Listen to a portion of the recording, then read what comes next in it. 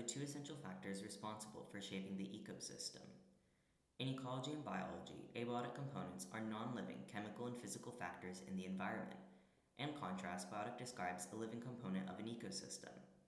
Abiotic components originate from the lithosphere, hydrosphere, and atmosphere.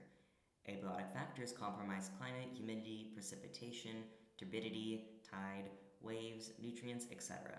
The first environment that I'm going to analyze with respect to the abiotic factors is Dania Beach.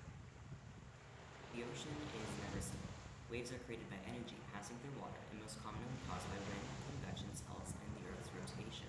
Surface waves are created by the friction between wind and surface water. As the wind blows across the surface of the ocean or a lake, the continual disturbance creates a wave crest. More potentially hazardous waves can be caused by severe weather or underwater disturbances that displace large amounts of water quickly.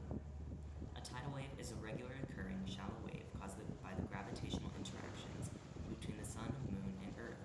In the video and photos displayed so far on the screen, the tide has been rising, and the first low tide had occurred within the past hour. Tides impact the marine environment in a number of ways. In order to highlight how biotic factors can be dependent on abiotic factors, I'm discussing a realized niche. Marine organisms that live in the intertidal zone must be able to tolerate the incoming and outgoing water as well as air exposure.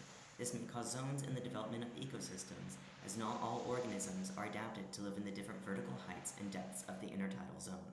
The third abiotic factor in this discussion is sediment. Sediment is comprised of weathered rock.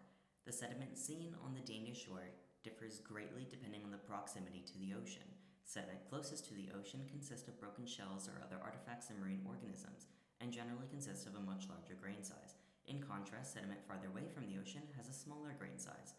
Large rocks can be found embedded on the shoreline, where they cause friction against the waves and begin to release their energy into the shore.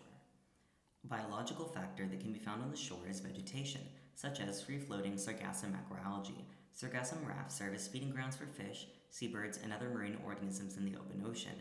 They provide shelter to juvenile species, as well as nurseries for fish. As sargassum becomes shorebound, it can host species such as hermit crabs and may reduce beach erosion. In large quantities, however, it could prevent sea turtle nesting sites or smother other organisms. As we exit this primary location, I wanted to show footage and pictures of organisms that I came across from NSU's medicinal gardens. Here we see vegetation, as well as pollinators that inhabit the area. This interaction is one of the many examples of species developing an ecological relationship. Specifically, this is noted as pollination mutualism.